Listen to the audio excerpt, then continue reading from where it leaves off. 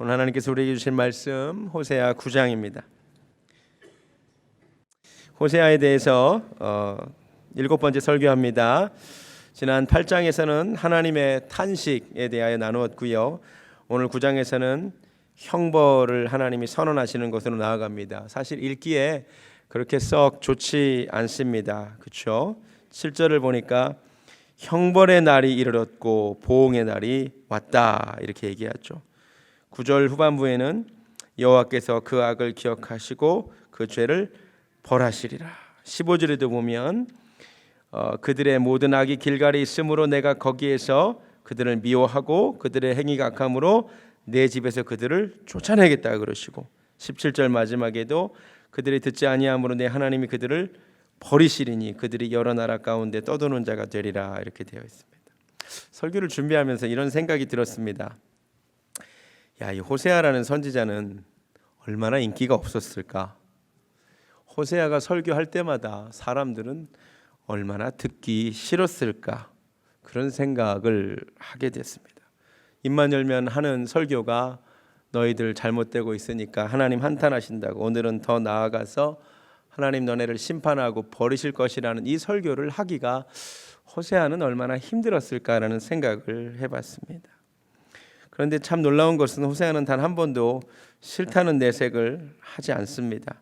하나님의 말씀을 묵묵히 전합니다. 참 귀한 사람이라는 생각이 들었습니다. 오늘 특별히 호세아의 설교는 더 인기가 없었을 것입니다. 왜냐하면 1절을 보건대 이 호세아의 설교가 행해지는 장소는 축제가 벌어지는 타작 마당이었기 때문입니다. 1절을 다시 보겠습니다. 이스라엘아, 너는 이방 사람처럼 기뻐 뛰놀지 말라. 내가 음행하여 내 하나님을 떠나고 각 타작 마당에서 음행의 값을 좋아했느니라.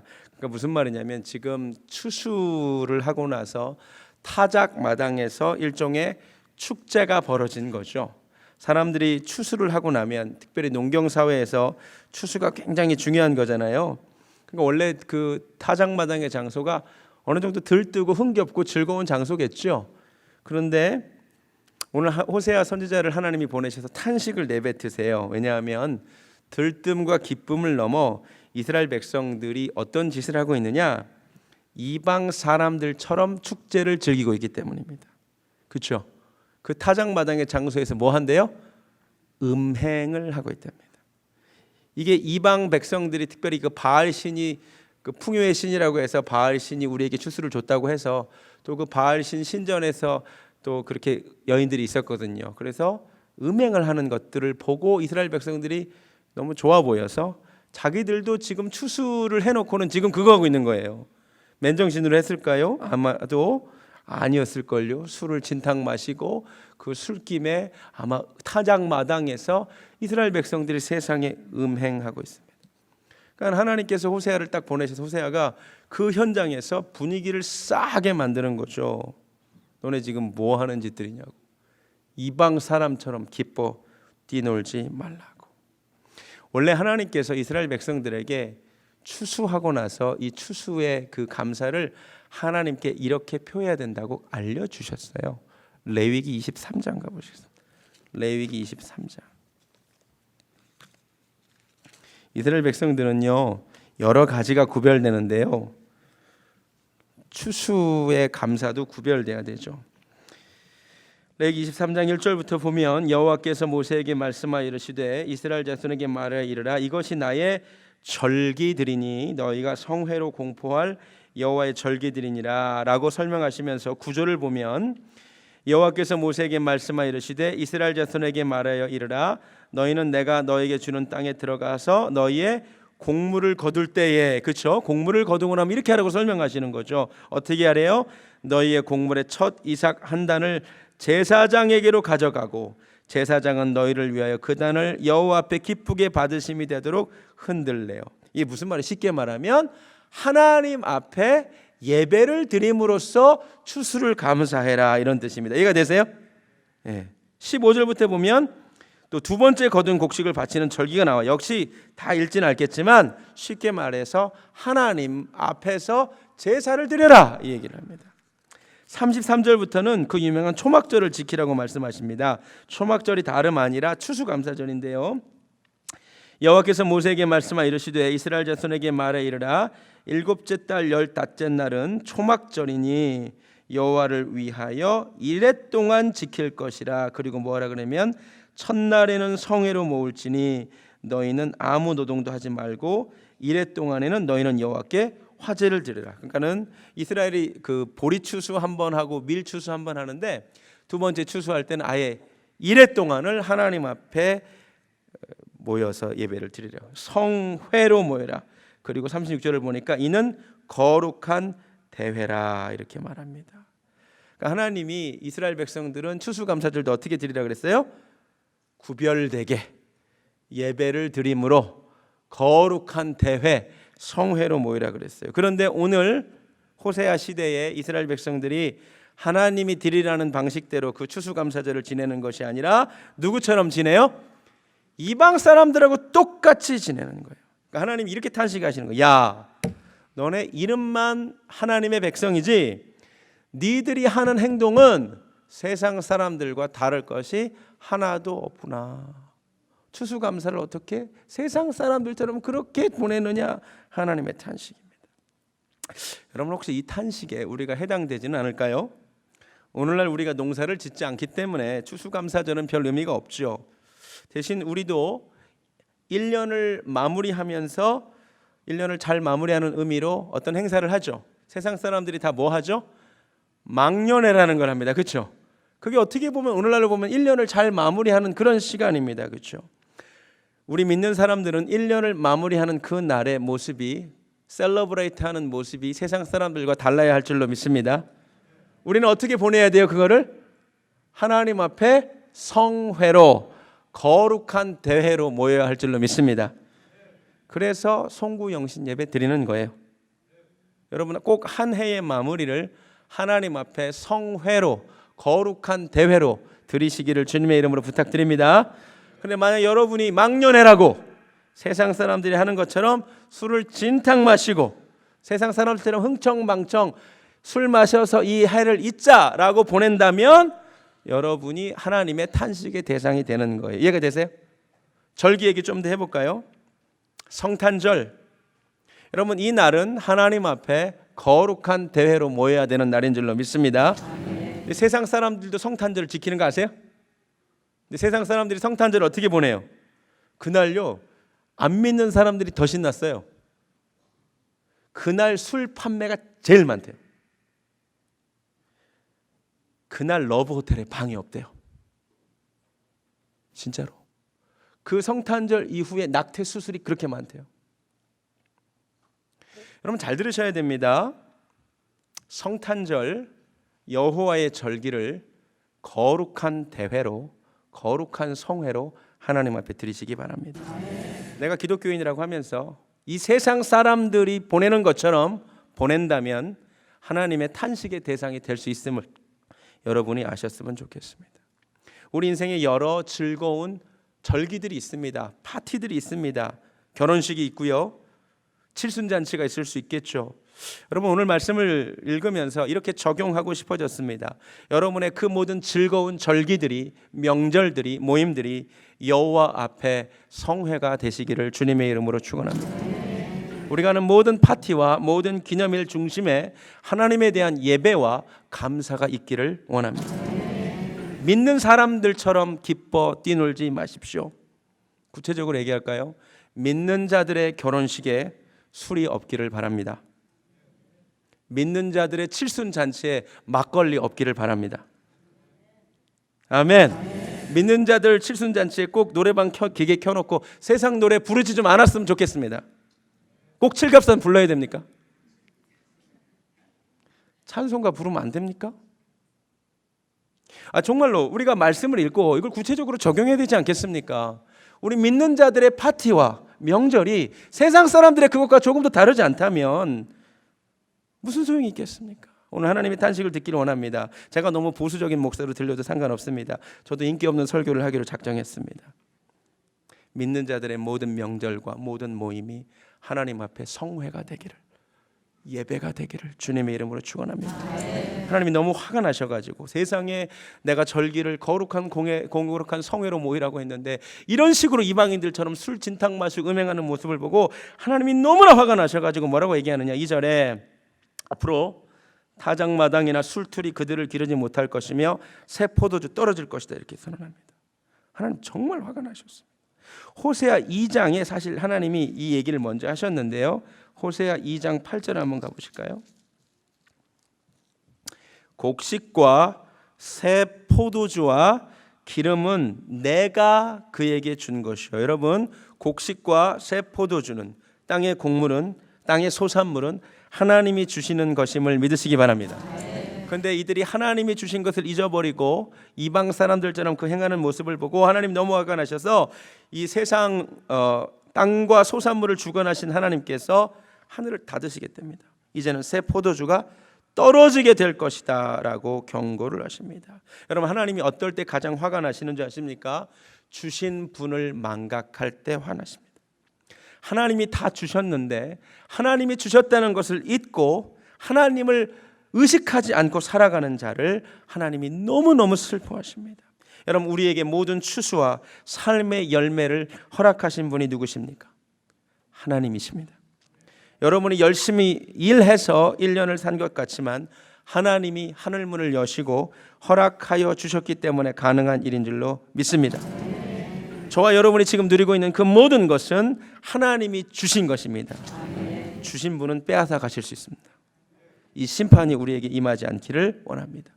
하나님의 그 축복의 문이 닫히지 않기를 원합니다. 하나님을 인정하면 하나님은 넘치도록 많이 주십니다. 40년간 만나를 내려주신 분입니다. 할렐루야. 하나님을 인정할 때 여러분의 인생에 하나님이 더하시는 은혜가 있을 줄로 믿습니다. 하나님을 잊어버리면 하나님은 하늘문을 닫으실 것입니다. 두 번째 심판의 내용 3절. 그들은 여호와의 땅에 거주하지 못하며 에브라임은 애굽으로 다시 가고 아스루에서 더러운 것을 먹을 것이니라. 원래 그 땅은 자기들 땅이 아니죠. 하나님께서 아브라함을 통하여 그 후손에게 주시기로 약속한 땅입니다. 하나님이 아브라함에게 약속하셨기 때문에 그 후손에게 주신 것뿐인데 역시 하나님이 주신 것이기 때문에 다시 빼앗아 가시겠답니다. 그러니까요, 이스라엘 백성들이 가나안 땅에 거하던 거주 형태는 일종의 임대주택 형식이었습니다. 잘 살면 근데 영구히 살 수 있는 영구 임대 주택이에요. 근데 소유권을 주신 건 아니에요. 하나님 뜻대로 잘 살면 영구히 살 수 있어요. 근데 하나님을 거역하면 쫓겨나갈 수 있는 겁니다. 근데 주제를 몰랐어. 자기들 땅인 줄 알았어. 그래서 그들이 하나님께 쫓겨납니다. 여러분, 이스라엘 백성들만 그렇지 않습니다. 우리가 이 땅에서 지금 누리고 있는 모든 축복들, 돈, 건강, 지위, 이거 다 온전히 우리 것 아닙니다. 하나님께 위탁받은 겁니다. 임대받은 것입니다. 주인이 잠깐 맡겨주신 겁니다. 언제든 다시 빼앗아 가실 수 있습니다. 임대인은 주인의 눈치를 보고 살아야 되는 거 아십니까? 할렐루야. 이스라엘 백성들이 주인의 눈치를 안 보고 살아. 지금 자기에게 이 땅을 주신 분이 하나님이고 하나님 땅 잠깐 사는 것뿐인데 그래서 쫓겨나는 겁니다. 여러분이 어떤 집을 임대해서 살면서 주인 눈치 안 보고 막 살면 쫓겨나요. 이스라엘 백성도 그래서 쫓겨난 것입니다. 여러분, 하나님께 주신 여러분에게 주신 축복들 함부로 사용하지 않기를 원합니다. 착각하지 맙시다. 주인 눈치 보고 사는 은혜가 있기를 원합니다. 4절. 그들은 여호와께 포도주를 앞으로 부어드리지 못하며 여호와께서 기뻐하시는 바도 되지 못할 것이라. 그들의 재물은 애곡하는 자의 떡과 같아서 그것을 먹는 자는 더러워지나니 그들의 떡은 자기 먹기에만 소용될 뿐이라 여호와의 집에 드릴 것이 아닙니다. 한마디로 말해서 제사를 드리기는 드려도 하나님이 인정하시지 않으시는 예배가 될 것이라는 것입니다. 여호와의 집에 드릴 것이 아니라고 하나님이 안 받을 것이라는 것입니다. 그렇죠. 중요합니다. 이방 사람들과 똑같이 살아요. 똑같이 즐겨요. 주인 대신 하나님을 의식하지 않아요. 그런데 예배만 싫어요. 하나님 이거 진짜 싫어하시는 거 아세요? 여러분 잘 들으시기 바랍니다. 우리가 월요일부터 토요일까지의 삶이 이방인과 똑같다면, 그런데 귀신같이 일요일 날 나와가지고 하나님께 예배드린다면 여러분은 주일 성수를 했다고 착각할지 모르나 하나님은 그렇게 생각하지 않으십니다. 하나님 그 예배 너무 역겨워하실 것입니다. 깨닫는 은혜가 있기를 원합니다. 여러분의 삶에 구별됨이 없는데 종교 행위만 하고 돌아가지 않기를 원합니다. 이렇게 심판을 선언하시고 5절에 주님이 물으세요. 너희는 명절날과 여호와의 절기의 날에 무엇을 하겠느냐? 영어로 What will you do? 물어보시는 거예요. 제게 이렇게 들립니다. 이제라도 말씀대로 거룩하게 지킬 것인가? 아니면 여전히 이방 사람들처럼 기뻐 뛰놀고 행음하며 살 것인가? 여러분, 오늘 하나님 우리에게 물으십니다. 우리 인생의 모든 즐거운 절기에 세상 사람들처럼 즐기지 않기를 원합니다. 여러분의 인생의 모든 즐거운 순간의 중심에 하나님이 계셨으면 좋겠습니다. 아멘. 사실 요번에 제가 한국에 잠깐 가는데 저희 아버지와 장인어른이 칠순이셔요. 여러분, 우리 믿는 자들의 칠순 잔치가 칠순 예배가 되어야 할 줄로 믿습니다. 아멘. 여러분 꼭 부탁드립니다. 여러분 결혼식에 예배가 되었으면 좋겠습니다. 아멘. 제가 꼭 가서 결혼식에 갔는데 믿는 자의 결혼식에 세상 친구들 온다고 술병 갖다 놓는 사람들 보면 제가 한탄이 들어요. 어떻게 믿는 자의 결혼식을 그렇게 합니까? 절대로 그렇지 않기를 주님의 이름으로 부탁드립니다. 거룩한 대회가 되셔야만 합니다. 7절부터 하나님께서 이스라엘 백성들을 심판하실 수밖에 없는 두 번째 이유가 나옵니다. 첫 번째 이유는 이방 사람들과 똑같다는 거죠. 두 번째 이유는 7절 보겠습니다. 형벌의 날이 이르렀고 보응의 날이 온 것을 이스라엘이 알지라.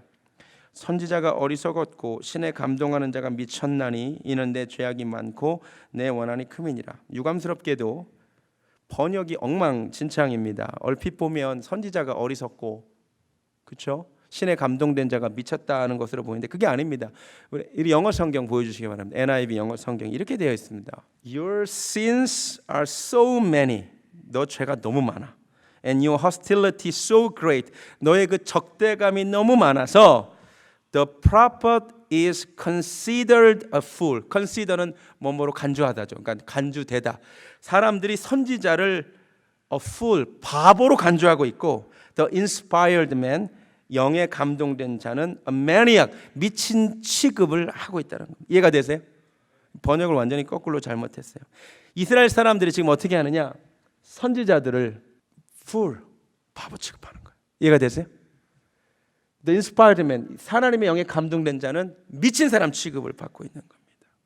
8절을 보면 에브라임은 나의 하나님과 함께한 파수꾼이며 선지자는 모든 길에 진친 새 잡는 자의 그물과 같고 그의 하나님의 전에는 원하는. 이게 도대체 뭔 말인지 하나도 모르겠어요. 영어 성경을 보시겠어요? 8절 The prophet, 선지자들은 along with my God, 나의 하나님과 함께 is the watchman over Ephraim, 에브라임을 향한 파수꾼인데 yet, 그런데 snares await him, 올무가 그를 기다리고 있어.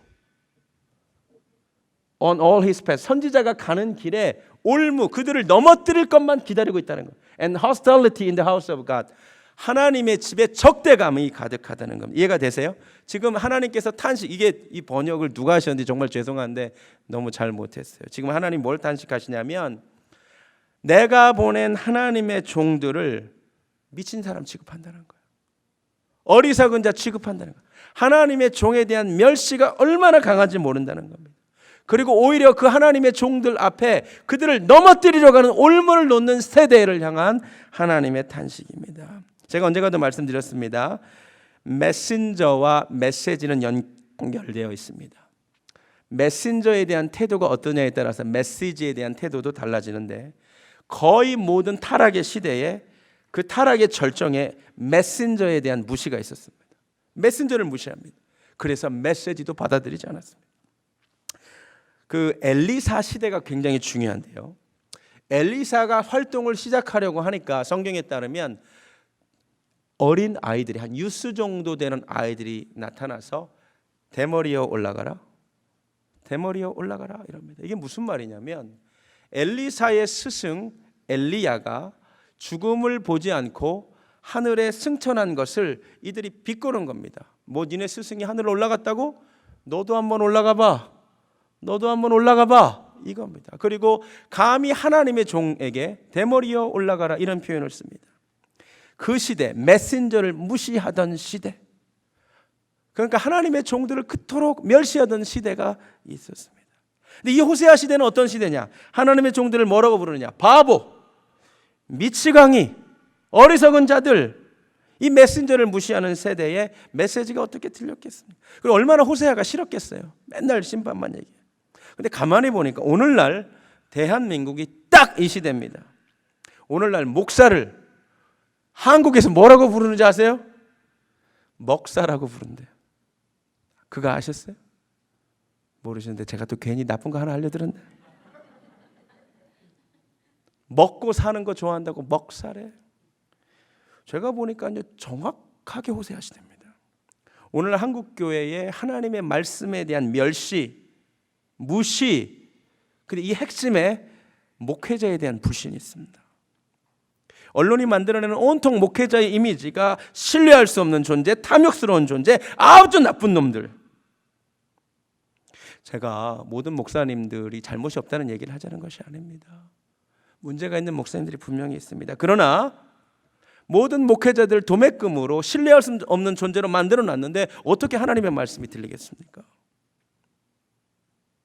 여러분, 사탄이 이 배후에서 웃고 있다는 것을 여러분이 아셔야 됩니다. 여러분, 목회자에 대한 불신이 들어왔는데 어떻게 설교가 들어옵니다? 들어오겠습니까? 사람들이 그런 데입니다. 너나 잘하라고. 너나 잘하라고. 지금 한국교회가 굉장히 극심한 혼란에 빠져 있습니다. 그런데 이 배후에, 이 핵심에 메신저에 대한 무시와 멸시가 있고요. 지금 사탄의 전략이 그대로 먹혀 들어가고 있습니다. 여러분 속지 마십시오. 여러분 속지 마십시오. 깨닫는 은혜가 있기를 원합니다. 호세아 시대는 선지자들을 미친 사람, 바보 사람 취급했을 뿐만 아니라 선지자를 넘어뜨리려고 그 앞에 스네어, 올무를 놓는 시대입니다. 오늘은 그렇지 않습니까? 오늘날도 역시 주의 종들을 끌어내리기에 바쁘지 않습니까? 작은 허물들을 찾아내서 비판하기 바쁘지 않습니까? 우리 교회가 어떻게 보면 한국인들의 민족성 때문인지는 잘 모르겠지만 우리가요 참 사람 세워주지 못하고요 작은 허물에 있어서 끌어내리기에 바쁩니다. 오죽하면 이런 농담이 있어요. 일본 꽃게와 한국 꽃게를 잡아놓으면 일본 꽃게는 꽃게들은 뚜껑을 닫아놔야 된답니다. 한국 꽃게는 뚜껑을 열어놔도 상관없답니다. 왜냐하면 일본 꽃게들은 서로 도와줘서 다 탈출을 하는데 한국 꽃게는 하나가 나가려고 그러면 잡아 내려가지고 가만히 둬도 아무도 탈출을 못한답니다. 우스갯소리겠지요. 그런데 한국 사람들의 민족성에 사람을 끌어내리려고 하는 민족성이 굉장히 강합니다. 죄송합니다. 제가 이렇게 말씀드려서.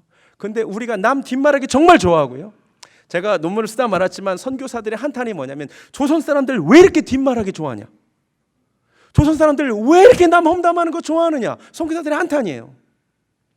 여러분 제가 다시 말씀드립니다. 목회자들에게 잘못이 없다는 것이 아닙니다. 잘못들이 있죠. 그런데 왜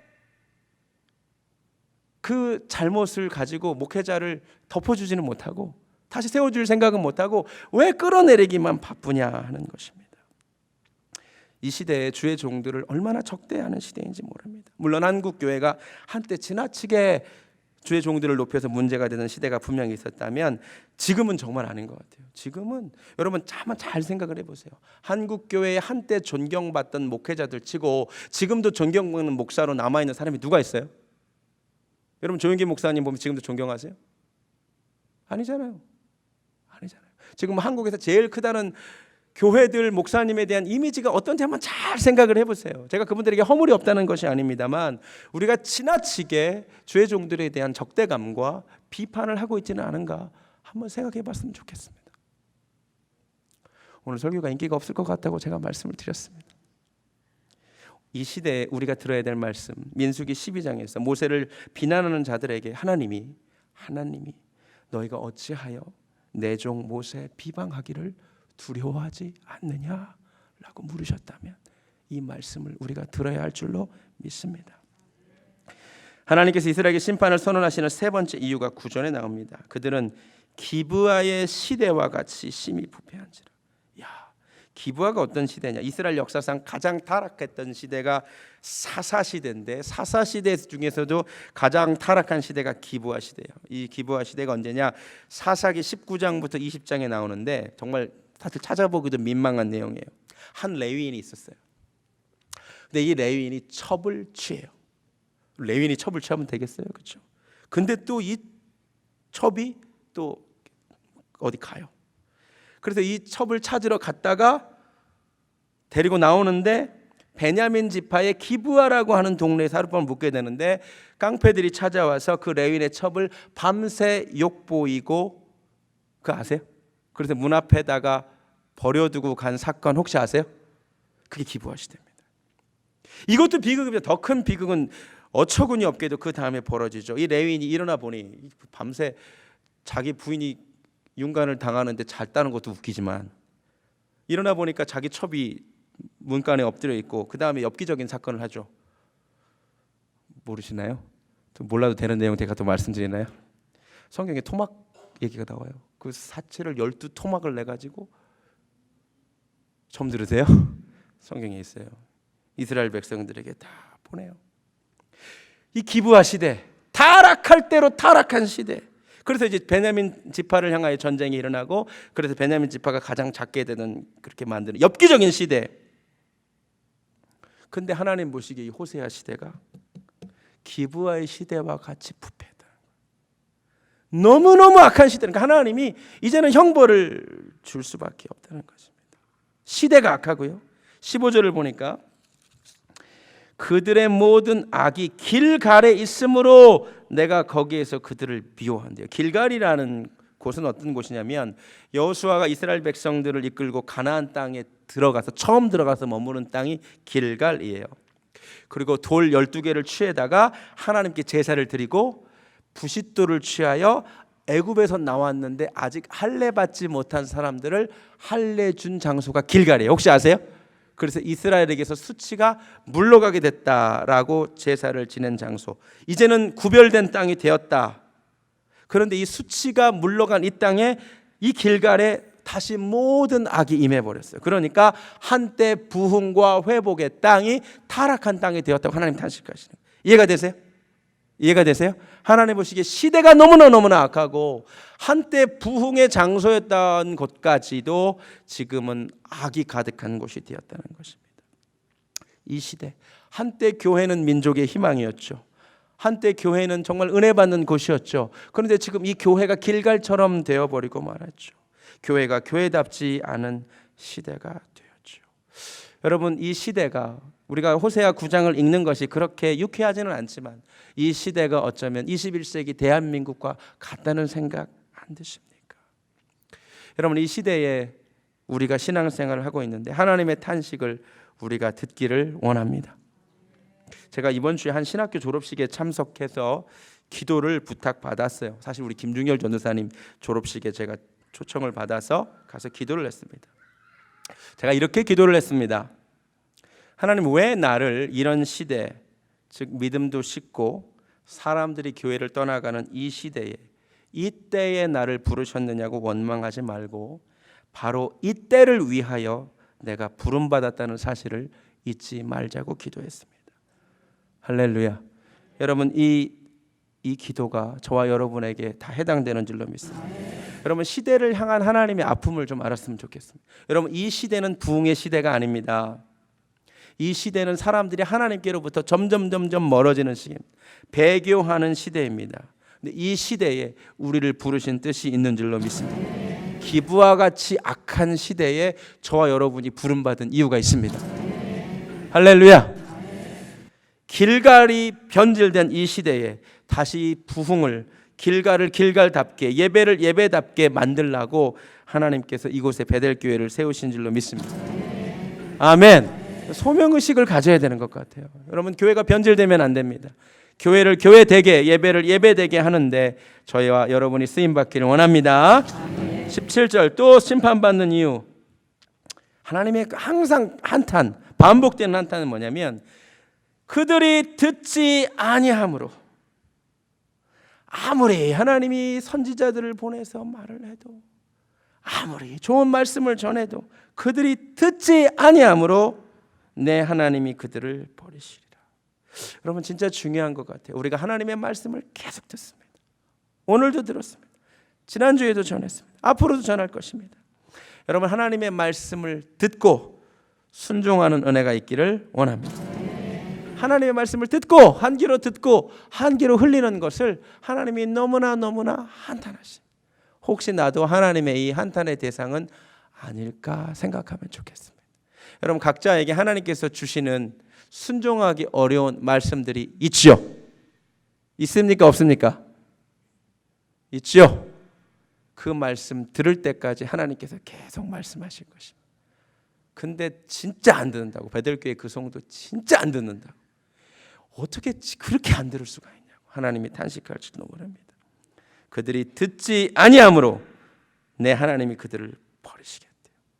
여러분 좀 잘 들었으면 좋겠습니다. 하나님 말씀 듣고 순종하면 좋겠습니다. 아멘. 왜 하나님께서 이렇게까지 이스라엘 백성들에게 심판을 선포하실까요?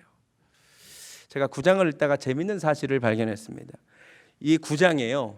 심판의 내용, 무서운 심판의 내용이 가득하는데 이 심판 중간에 굉장히 스윗한 이야기가 하나 등장합니다. 10절 한번 보실래요? 계속 심판을 얘기하시다 말고 중간에 너무나 스윗한 이야기가 하나 등장해요. 하나님의 마음, 하나님의 마음을 알 수 있는 구절이 10절. 옛적에 내가 이스라엘을 만나기를 광야에서 포도를 만남같이 하였으며, 한마디로 너무 좋았다는 거죠. 광야에서 포도를 만나면 좋을 거 아니에요, 그렇죠? 너희 조상들을 보기를 무화과 나무에서 처음 맺힌 첫 열매를 봄같이 하였다, 이렇게 말씀하시는 거죠. 여러분 무화과가 열매를 여러 번 맺는데 첫 번째 맺는 열매가 파게라고 제가 예전에 설명을 했잖아요. 그래서 이스라엘 백성들이 이 첫 열매만을 기다리는데 하나님이 마치 이스라엘 백성들을 보기를 그렇게 좋아하셨다고 말씀하십니다. 여러분 아무리 이런 얘기해도 별 이렇게 감흥이 없지만 오늘 말씀을 들으면서 하나님의 이 아픔을 좀 아셨으면 좋겠어요. 여러분 하나님께서 왜 그렇게 이스라엘 백성들에게 분노하시고 화가 나시고 진노하시냐면 가만히 보니까 이스라엘 백성들이 하나님의 사랑을 받던 대상이었던 거죠. 첫사랑이었기 때문이죠. 혹시 이런 표현 들어보셨어요? 우리 모두는 누군가의 첫사랑이었다. 뭔 얘기를 해도 감동이 없어요. 난 이 말 듣고 난 너무 멋지다 그랬거든. 우리 모두는 누군가의 첫사랑. 이게 어디서 나왔냐면 건축학 개론이라는 영화 포스터에 나온 거예요. 제가 가져오라 그랬어요. 얼마나 풋풋하고 좋아요. 우리 모두는 누군가의 첫사랑이었다. 여러분 첫사랑 생각나세요? 그 마음 떨렸던 그 사람, 얼굴 보고 싶었던 그 사람, 보고 싶었던 그 사람, 동그라미 그리려다 무심코 그렸던 그 사람, long time ago, once upon a time, 너무너무 보고 싶었던 그 설레던 그 사람 기억이 나요 안 나요? 또 지금 옆에 계신 분 때문에 그럼 집에 가다가 당신이야 그러면 되잖아. 그거는 여러분 이 말씀을 이해하려면요 이거를 반드시 생각해 내셔야 돼요. 그 여러분이 가슴 떨렸던 말 한번 걸고 싶었던 그 사람, 그 느낌 기억나세요? 뭔 설교를 못 하겠어요. 이게 공감이 안 일어나네. 여러분 이 아멘. 하나님의 이 분노를 이해하려면요 그 감정을 알아야 돼요. 여러분이 그 풋풋하고 가슴 설레고 보고 싶고 또 보고 싶었던 그 사람 기억나죠? 그 첫사랑 그 사람. 근데 그 사람한테 배반을 당한 거예요. 하나님이 지금 이스라엘 백성들을 너무나 그렇게 사랑했어. 세상에 광야에서 포도 보는 것처럼 좋았대. 이스라엘 백성만 생각하면 첫 무화과를 보는 것처럼 너무너무 좋았대. 그래서 성경은 하나님과 이스라엘 백성들의 관계를 결혼으로 표현합니다. 하나님 이스라엘 백성 너무너무 사랑해서 너무 그 순수하고 순결한 그 모습이 너무 좋아서 결혼했는데 얘가 바람핀 거야. 여러분 그 아픔, 첫사랑에 배신당한 그 아픔, 하나님의 마음이 그 마음이라는 거예요. 너무너무 아프다는 거예요. 그래서 근데 하나님 이렇게까지 말씀하시 10장 가잖아요. 지금이 또 여호와를 찾을 때니 또 막 이래요. 14장 마지막에도 말씀을 가지고 제게로 돌아와라. 호세아가 제가 그래서 호세아 첫 번 설교하면서 그 당신은 바보요. 그게 하나님이라는 거예요. 하나님이 그토록 자기를 떠난 이스라엘 백성들을 그래도 돌아와라. 회개하라. 용서하라. 근데 지금 오늘 마지막 9장의 절정이에요. 너 진짜 심판할 거야. 근데 이 마음 배후에는 뭐가 있냐면 그러니 제발 심판받지 말고 돌아오라 이 마음이 있는 거예요. 할렐루야. 여러분 하나님의 이 마음을 좀 알았으면 좋겠어요. 여러분 하나님께서 여러분을 사랑하시는 줄로 믿습니다. 여러분 하나님께서 여러분에게 경고하세요. 너 그렇게 가다 망해. 너 진짜 내가 심판할 거야. 너 버릴 거야. 그런 하나님의 진심은 뭐냐면 본심은 뭐냐면 그러니까 제발 좀 돌아와라. 제발 좀 회개하라. 할렐루야. 성경에 하나님의 협박이 많이 나와요. 너 망한다고. 나 너 버릴 거라고. 영원히 버릴 거라고. 근데 그게 하나님의 본심이 아니라고요. 오늘 이 시간 하나님께 돌아가는 하나님의 마음을 좀 아는 저와 여러분이 되기를 원합니다. 하나님의 그 탄식, 네 가지 탄식, 그들의 즐기는 모습이, 절기를 지키는 모습이 세상 사람과 도무지 다르지 않아서 그 하나님의 탄식 아셔요? 여러분의 삶이 세상 사람들과 조금도 다르지 않을 때 그 하나님의 탄식이 있어요. 하나님의 종들을 함부로 대하는 것에 대한 하나님의 탄식이 있어요. 시대를 하나님이 탄식하세요. 변질된 땅을 보고 하나님이 탄식하세요. 듣지 않는 성도들 보고 하나님이 탄식하세요. 우리 교회에 이 반대의 역사가 있기를 원합니다. 우리 삶이 구별되기를 원합니다. 인생의 모든 즐거운 순간들이 성회, 거룩한 대회가 되기를 원합니다. 영적 지도자들을 세워주고 살리는 교회가 되기 원합니다. 이 시대를 아파하고 시대의 사명을 감당하고 길갈을 다시 길갈답게, 교회를 교회답게 하는데 쓰임받기 원합니다. 마지막으로 하나님의 말씀 잘 듣고 순종하고 따르는 성도가 되기를 주님의 이름으로 부탁드립니다. 찬양하겠습니다. 이 땅의 황무함을 보소서. 하나님의 그 마음을 좀 아셨으면 좋겠습니다. 이 땅이요 너무나 악합니다. 이 시대가 21세기 신앙생활하기 얼마나 어려운지 모릅니다. 믿음이 식어요. 배교하는 시대입니다. 이 시대에 하나님의 마음으로 우리가 고쳐달라고 함께 찬양하기 원합니다. 이 땅의 황무함을 보소서. 하늘의 하나님 긍휼을 베푸시는 주여, 우리의 죄악 용서하소서. 이 땅 고쳐주소서.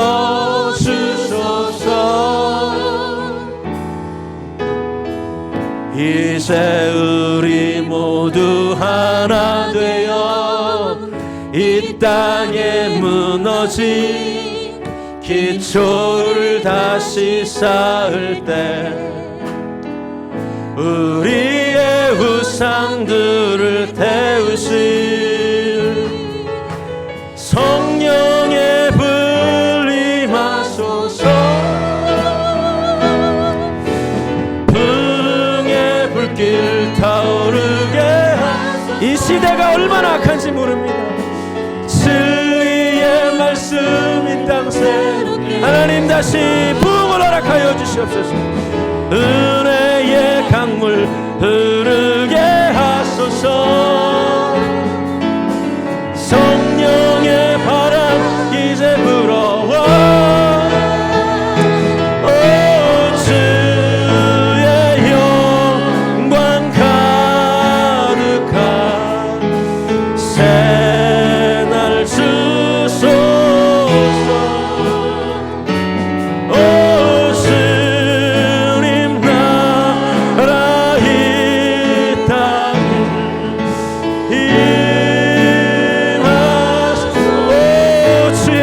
가득한 오 주의 영광 가득한 새날 주소서. 오 주의 오 주님 나라 이 땅에 임하소서. 하나님, 오늘도 주님의 말씀을 들었습니다. 먼저 귀로 들었습니다. 그런데 이게 또 한쪽 귀에 머물다가 다른 쪽 귀로 사라질까 두렵습니다. 이 말씀이 내 삶에 역사하기를 원합니다. 오늘 하나님의 이 심판의 경고, 탄식의 경고가 무엇입니까? 여호와 앞에 거룩한 성회로 모여야 될 모임이 변질됐다는 것 아닙니까? 이 세상의 그 즐거움을 나누는 시간이 구별되지 못하고 거룩한 대회가 되지 못하고 세상 사람들의 그것과 똑같다는 것 아닙니까? 오늘 이 가운데 세상 사람들과 똑같이 즐기며 사는 사람들에게 하나님이 주시는 음성이 삶 속에 들어가기를 원합니다. 하나님이 보낸 주의 종들을 무시하고 멸시하고 바보 취급하고 미친 사람 취급받은 시대가 호세아 시대였고 지금 바로 대한민국이 그 시대를 살아가고 있습니다. 영적 지도자들을 죽이기에 바쁩니다. 하나님 어찌하오리까? 그 앞에 올무를 놓고 넘어뜨리기만 바쁩니다. 작은 허물을 비판하기에 바쁩니다. 주님, 우리 교회가 영적 지도자들을 살리고 세우는 교회 되기를 원합니다. 이 시대가 얼마나 악한지 모릅니다. 기부와 시대같이 악한 이 시대, 이때에 예수를 믿습니다. 우리가 믿는 것이 이때를 위함은 아닌지 생각하기를 원합니다. 길갈을 다시 길갈답게, 교회를 다시 교회답게 세우는데 우리 쓰임받게 하시고, 듣는 성도, 마음에 새기는 성도, 듣고 순종하는 성도 되게 하여 주시옵소서. 이제는 우리를 사랑하시는 우리 주 예수 그리스도의 은혜와 우리를 사랑하시기에 탄식하면서 경고하시면서 말씀하시는 하나님 아버지의 극진하신 사랑과 성령님의 역사하심이 오늘 말씀을 듣고 구별된 삶, 세우는 삶, 시대의 아픔을 생각하며 교회를 교회답게 하는 데 쓰임받는 삶, 또 듣는 성도 되기를 소원하는 사랑하는 베델교회 성도님들 머리 위에 지금부터 영원까지 함께 하시기를 간절히 축원하옵나이다. 아멘.